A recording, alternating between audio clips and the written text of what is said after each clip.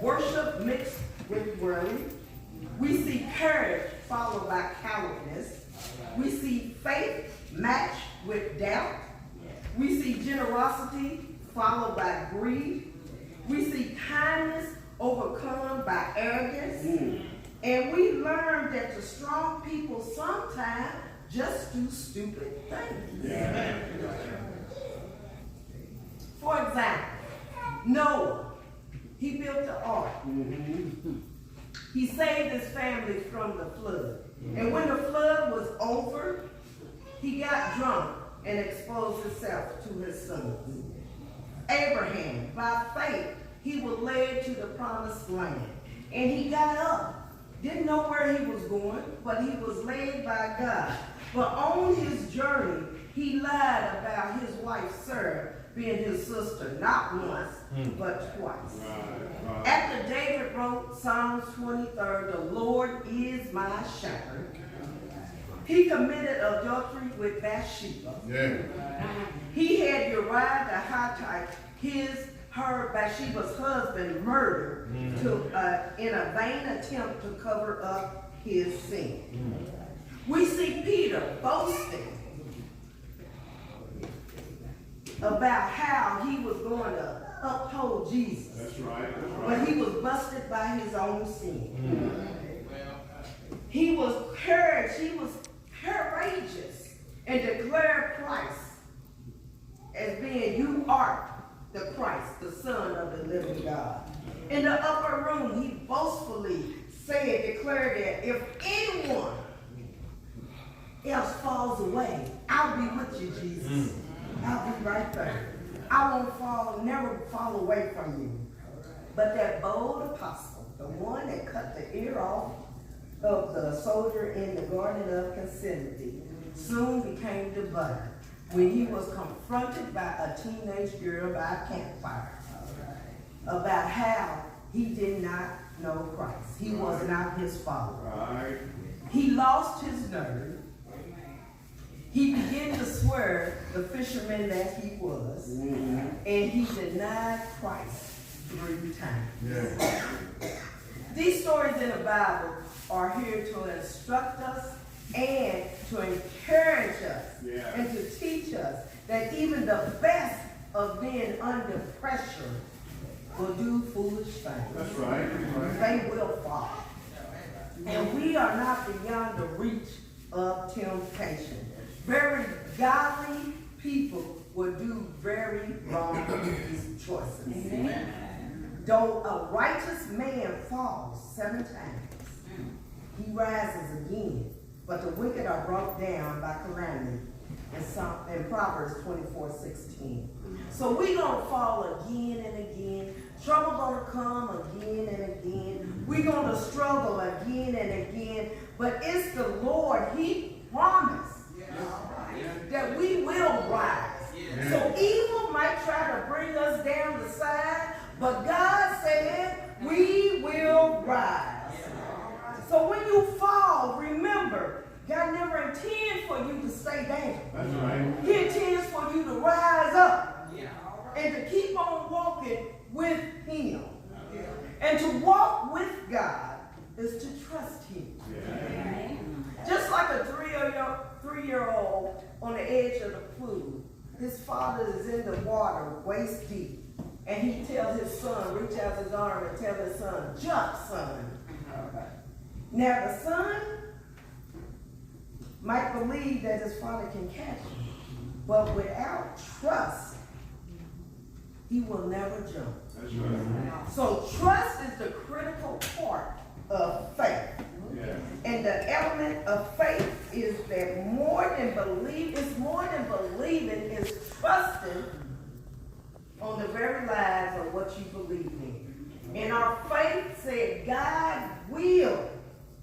We are willing to trust God for every part of our lives. So trust involves commitment, patience, delight in the Lord, and obedience.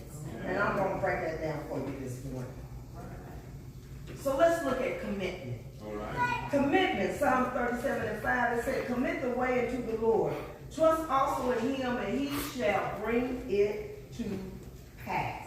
So to achieve your goal or purpose, you got to have commitment. You got to be committed in anything you do. The Bible speaks of commitment both in positive and negative. Positive, we are committed in the way of the Lord. And negative, we are committing a sin. So whether positive or negative, commitment involves making a choice, whether you want to do it or not. So commitment is never easy. It requires courageous perseverance. Nehemiah 5:16 said, I devoted myself to working on the wall. That's right. Nehemiah was led by God to rebuild the walls of Jerusalem. Nehemiah prayed to God. Because Nehemiah was captive, but he was the cupbearer of the Persian king. But God touched the Persian king, and the Persian king found favor in Nehemiah. And Nehemiah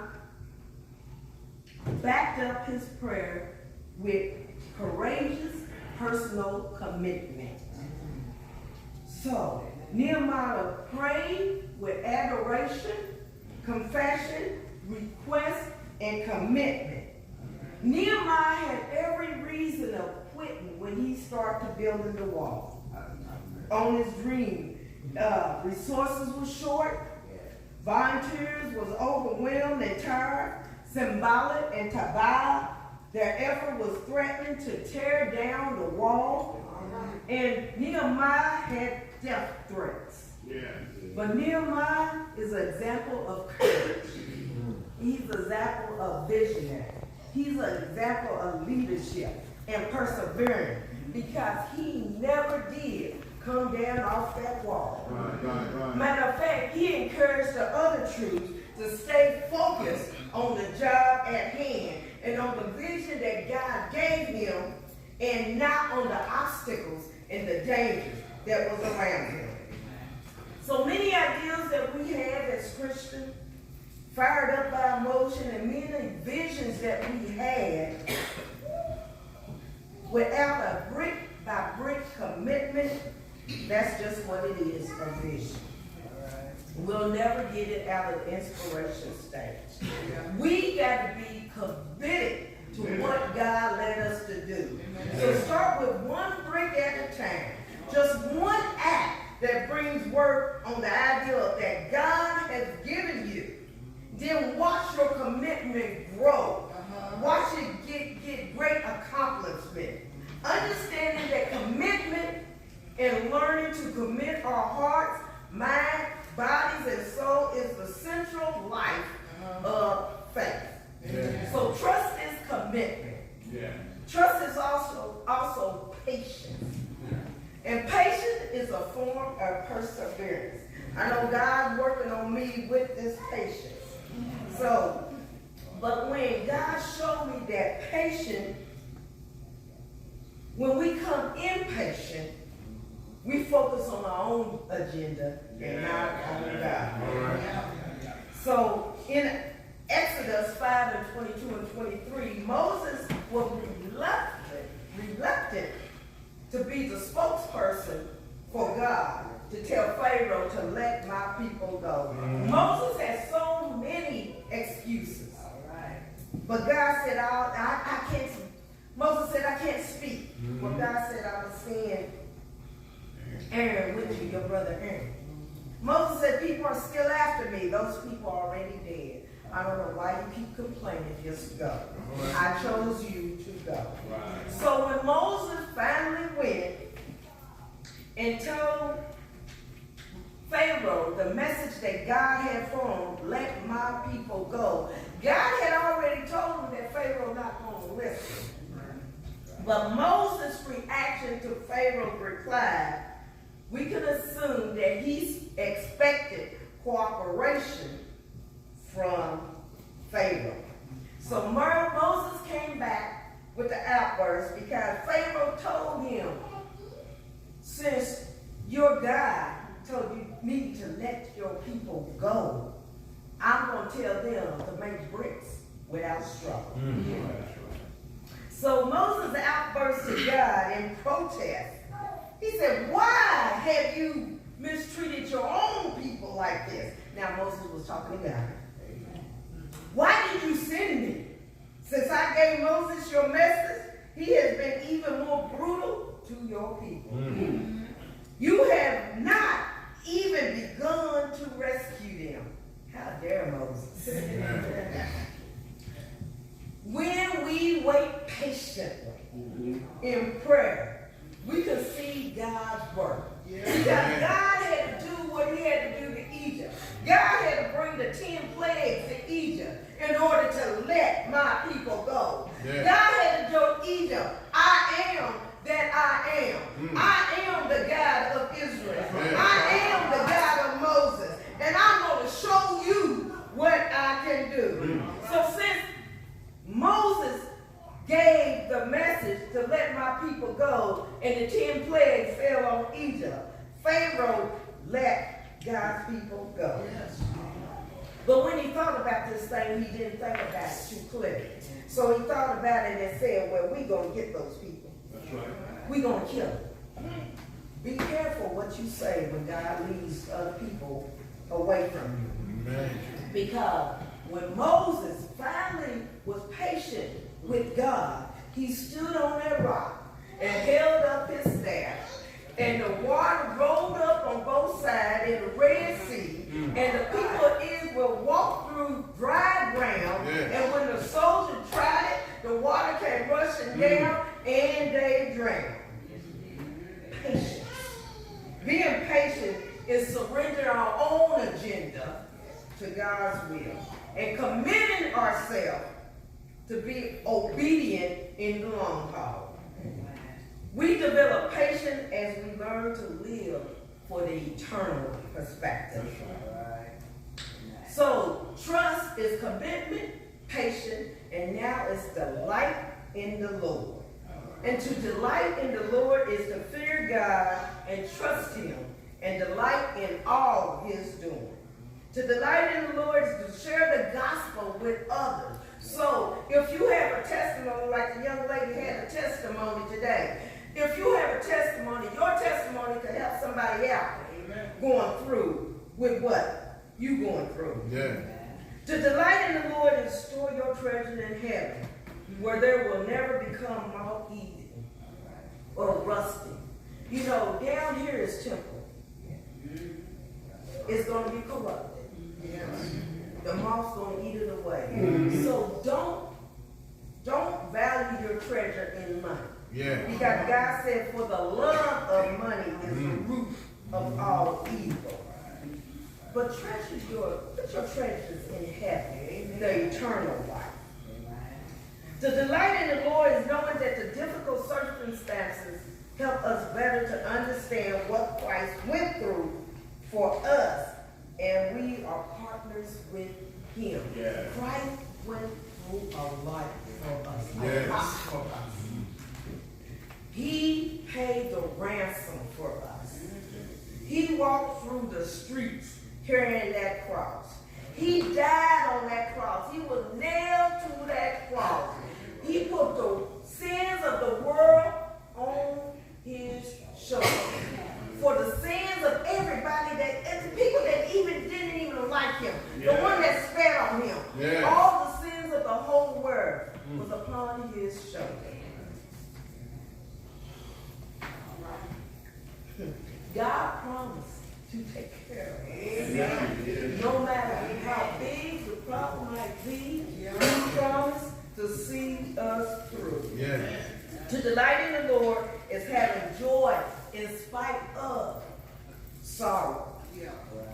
Paul said, unspeakable joy, yes. Paul said, be content with whatever situation you're in. So delight in the Lord. So even when you have your house in foreclosure, I can have joy. I didn't say I was happy. I said I can have joy. Because joy comes from the Lord.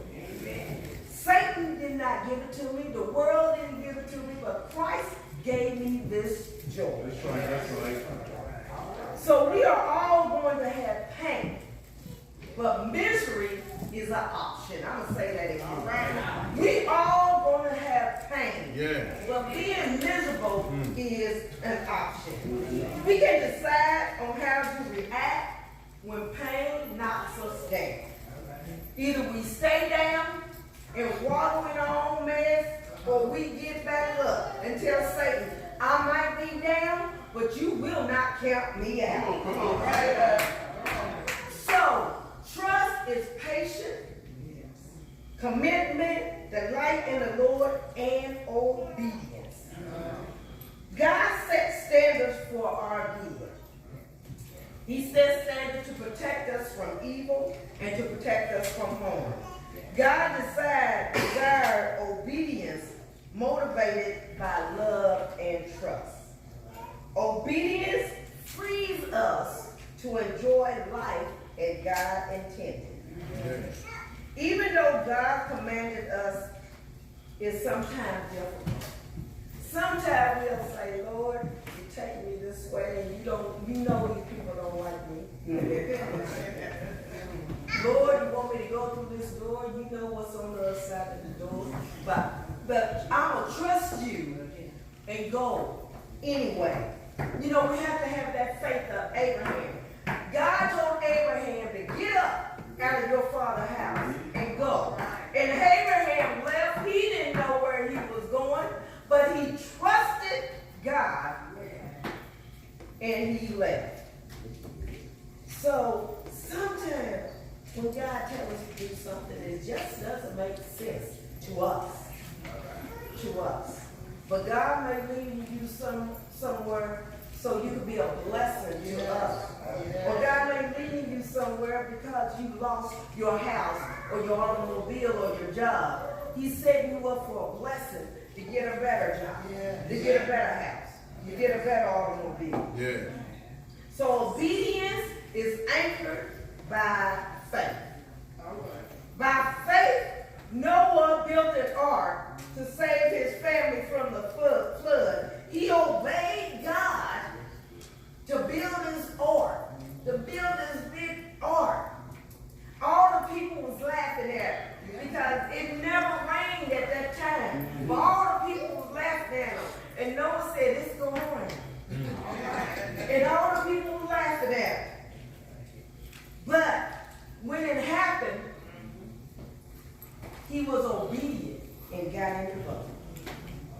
By faith, Abraham obeyed God when he called him to leave his home and go to another land. Our obedience to Christ is an expression of our love to Christ. When we accept Christ, we are motivated to obey God out of love for him. And Jesus said, if you love me, you will obey my commands. Let me tell you about disobedience. Disobedience always brings negative consequences.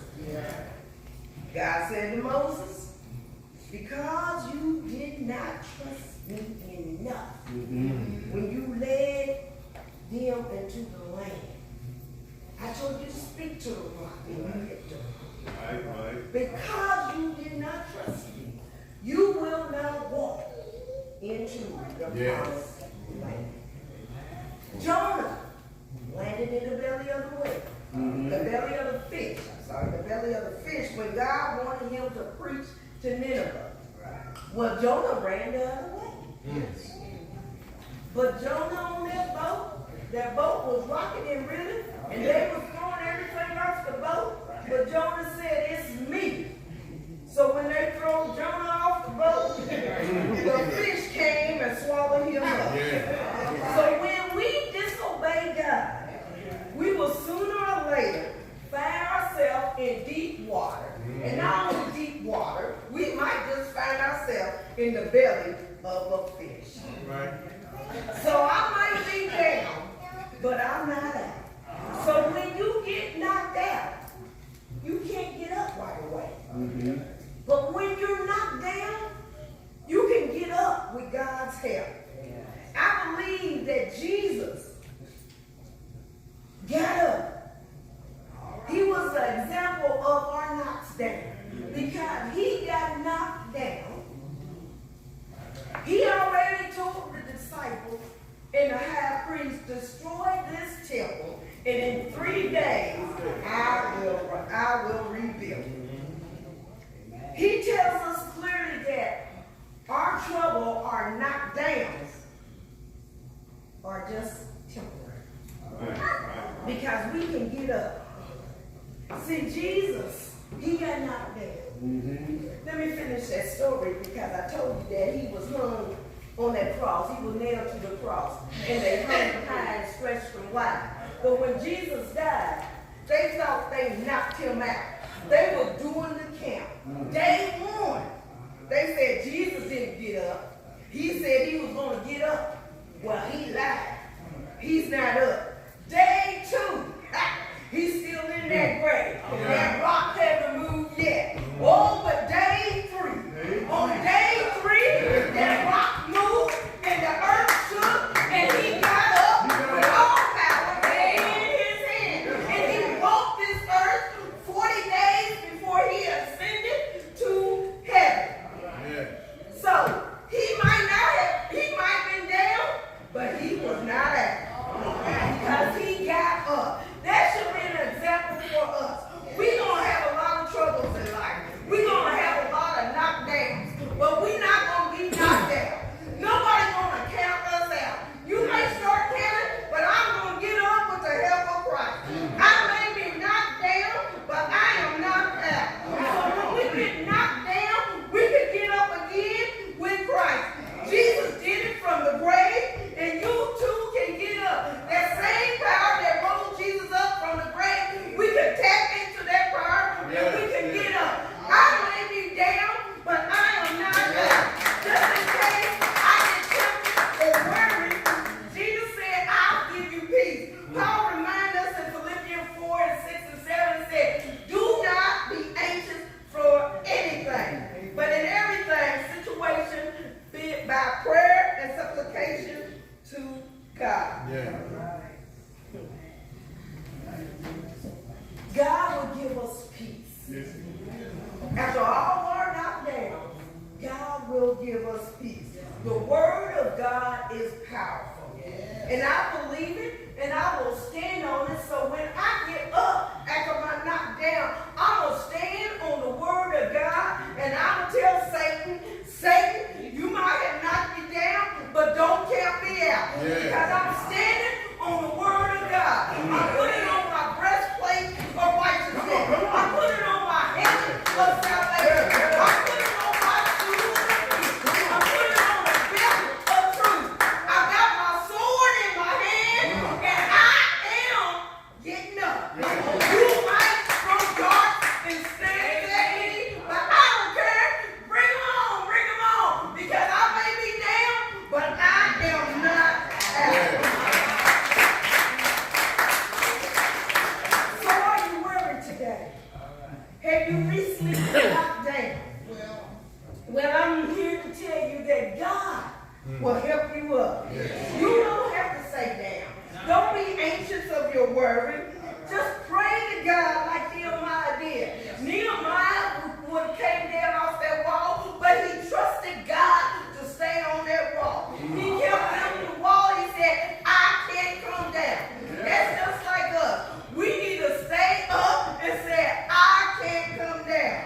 See, the battle is not yours, it's the Lord. No matter what you're going through, God's working it out for your good. You know, God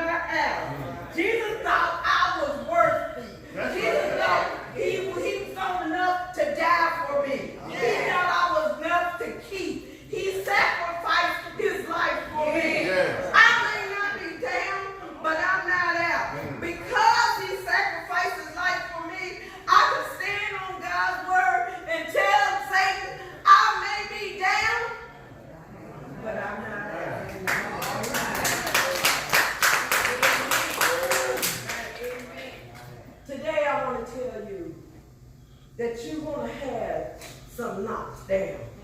You're going to have some bumps. But the thing is, don't stay down. If you know Christ for yourself, you trust Christ to bring you back up. I may be down, but I'm not down. You tell Satan, stop that counting, because you might be counting, but I'm going to get back up. Just like the boxers, how they got a 10 count, they might count 1, 2, but he gets up again, and he gets knocked down again, but he gets up again, and he gets knocked down again, but then he gets a second win, and then he beats his opponent. See, that's me, and that should be you too. I may be down, but I'm not out. I'm going to have a lot of downtime, a lot of problems I'm going to, a lot of circumstances I'm going to, but I may be down, but with Christ's help, I am not out. May the Lord bless you, and may the Lord keep you.